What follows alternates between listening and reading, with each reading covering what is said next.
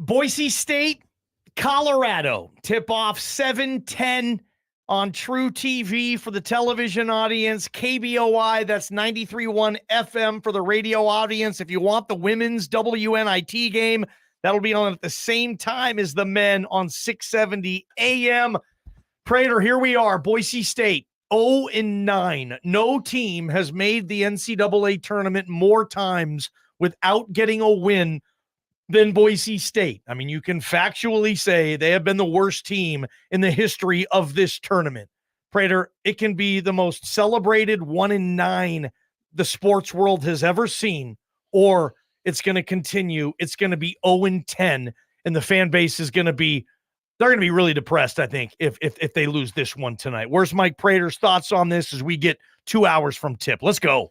Yeah, just like I said, nervous for this basketball team and what I think there's a lot at stake here, and they know the pressure is there. And every time they lose one of these games, the pressure gets just a little bit more. But, I'm sure Max Rice right now, and I want to spend the next 10 minutes talking about Max Rice. He's just kind of channeling his inner gunslinger mentality and his moxey and savviness and everything that he brings to the table and has for 6 years. And the fact that Max Rice could be down, Max Rice's basketball career could be over in 4 hours. And that's just his career at Boise State. And that's just kind of weird for me. I know some of you aren't Max Rice guys. I think we've all learned to love him just a little bit more.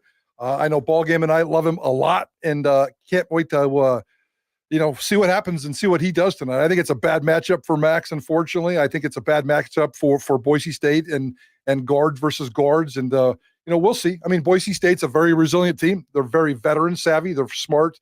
I love their coaching staff. I love this roster, but let's see what can happen against the Buffs tonight. 208-424-9300. We call it the double tap pub hotline. JP, get your little scribbler out. Let's write some names down. We're open. Give us a call. We just want to know where you're at with this. What's your relationship been like with this program? How long have you been a fan? What do you think about Max tonight, what he needs to do, and just overall, your emotions, whether you're nervous, whether you're excited, whether you're confident, whether you're not confident. We want to know how and why. We're going to keep this hotline open for about 25 minutes, and hopefully we can take as many calls as we can in that time, Prater. Bronco Nation, we're asking you guys to step up and talk about your basketball team with us and let us know emotionally where you are right now. Prater, I don't get emotional about Boise State athletics. I get emotional about the Seattle Seahawks, and that is it. For whatever reason, no other sport, no other team triggers me. But I know a lot of people who listen to this show, Boise State football and Boise State basketball, that is their Seahawks or their Utah Ute football. If you're going to join this conversation about sports and teams that draw your emotion, there's a lot of listeners right now. They're probably headed home and they're thinking, holy smokes, man, 7-10, this thing's going to tip off. It's a formidable opponent and a lot of emotions around Boise. Think of the party it's going to be if they do win tonight, right? What do you mean party? Just social media. Just everybody's going to be excited if Boise State finally gets this done. Yeah, I think it's going to be a huge celebration for a Wednesday night in Boise. Yeah, I don't want to make this into you though, but and you'll be leading the parade because I dispute the fact that you are emotional about this team. I've sat with you next to courtside. You live and die with this basketball team. It's not like it's the Seattle Seahawks for you. It is not. I'm not going to compare it to that. That's a ridiculous thought. You do have emotions for this basketball team. You care about this basketball team. You cheer for this basketball team. I've heard you. You get angst over this basketball team, and you'll lead the social media charge if they win or lose tonight because you do have emotions for this basketball team. And I'm not trying to pick on you.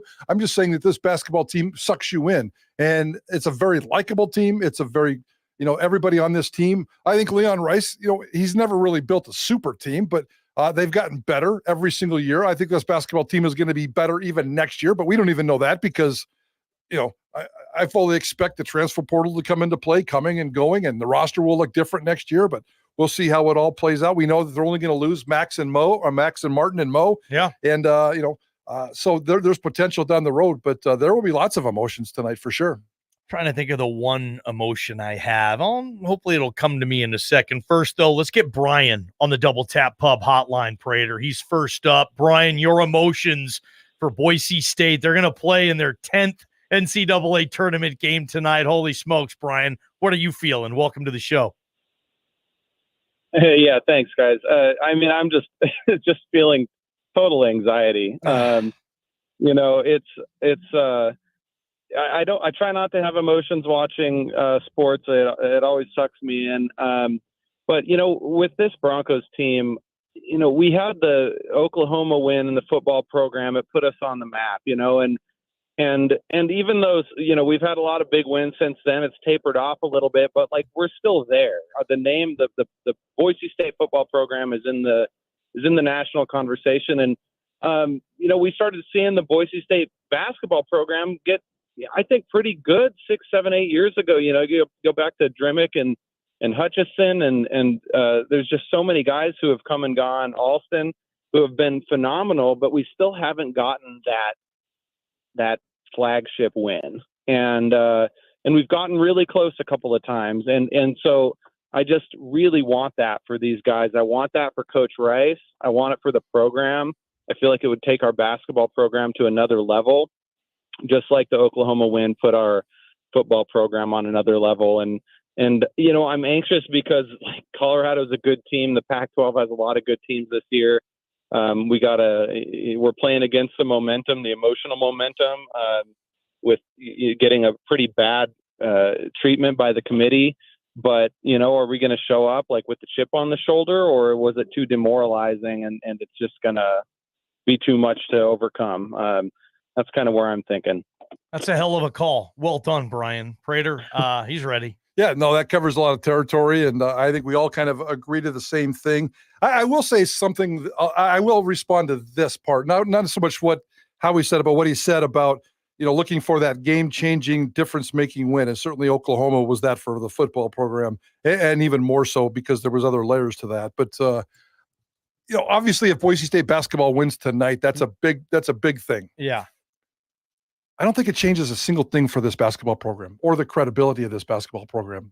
I really, truly believe that. I think they got to come back, you know, to win, because there's going to be detractors who don't even think it's worthy of a win. Because it's It's a playing game, because it's in Dayton, because it's against a Colorado team that may or may not even should be in this tournament. I think you have to get into that main draw and beat a Florida on Friday at 2:30 in the afternoon to have a program-changing, life-changing, program-defining victory that really just we'll talk about forever. I mean, tonight will be big. It will be monstrous big. But I think basketball's, I don't want to say dug itself such a hole that it almost has to win 2 of these. Okay. If they beat, you know, Memphis 2 years ago in Portland on the first day of a Thursday morning of the tournament, that's defining, and that's life-changing, and that's program enhancing. I don't think tonight's opportunity quite gets me there. And Brian went Fiesta Bowl, Bronco Nation. He said this would be maybe the Fiesta Bowl version, Oklahoma on the hardwood. That's bringing it strong. I'm not buying that at all, though. If anybody else has those opinions, are you buying that from Brian, that this could be a Fiesta Bowl-like moment tonight if they win this game, or you agree with Prater that no, that's a little too strong? Let's get back to the Double Tap Pub hotline. The fabulous Baker boy is on right now. Baker, welcome. What you got? My first ever Boise State basketball game was Chris Child's first year at Boise State. I was 5 years old. I was with my dad. It was the thing that he and I did together, Boise State basketball first, and then basketball and football eventually. Even when I didn't live in this town for the better part of 12 years of my life, I kept my season tickets, and I still probably have 75 or 80% all-time attendance record. This basketball team deserves to get the win tonight, but the win tonight is about sticking it to the committee and what happened to this team this year. That's all it's about for me.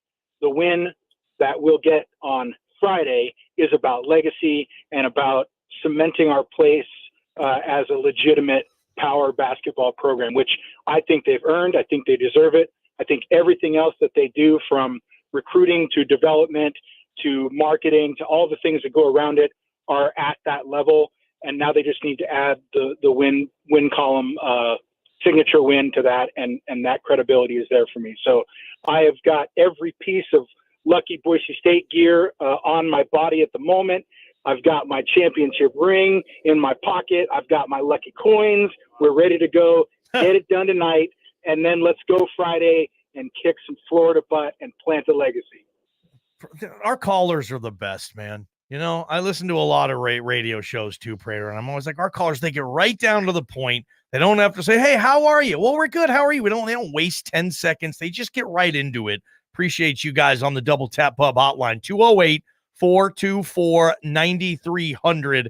Max Rice, any haters out there? We will put you, if you say you're a Max Rice hater when you call JP, we will put you right at the front of the line. We want to know how their emotions are right now. You don't buy it with Max Rice. It's been too much bad that's outweighed the good. You don't like the fact that the son of a coach is a star player, plays all these minutes. You're at the front of the line, 208-424-9300. Now, if you're on the flip side and you want to commemorate Max and talk about what you're going to miss or how he's going to play tonight, all love for Maxwell. I don't even know if that's his real name, but you'll call us 208-424-9300 and share those thoughts. Prater, some pretty good calls, and gosh, the mood feels like you can feel it. People calling in, keep it up. We'll get back to some more calls here in a second. This is our video segment, so appreciate everybody involved with the Dollar Loan Center. They fund our video segment every day. Visit don'tbebroke.com and check out how they can help you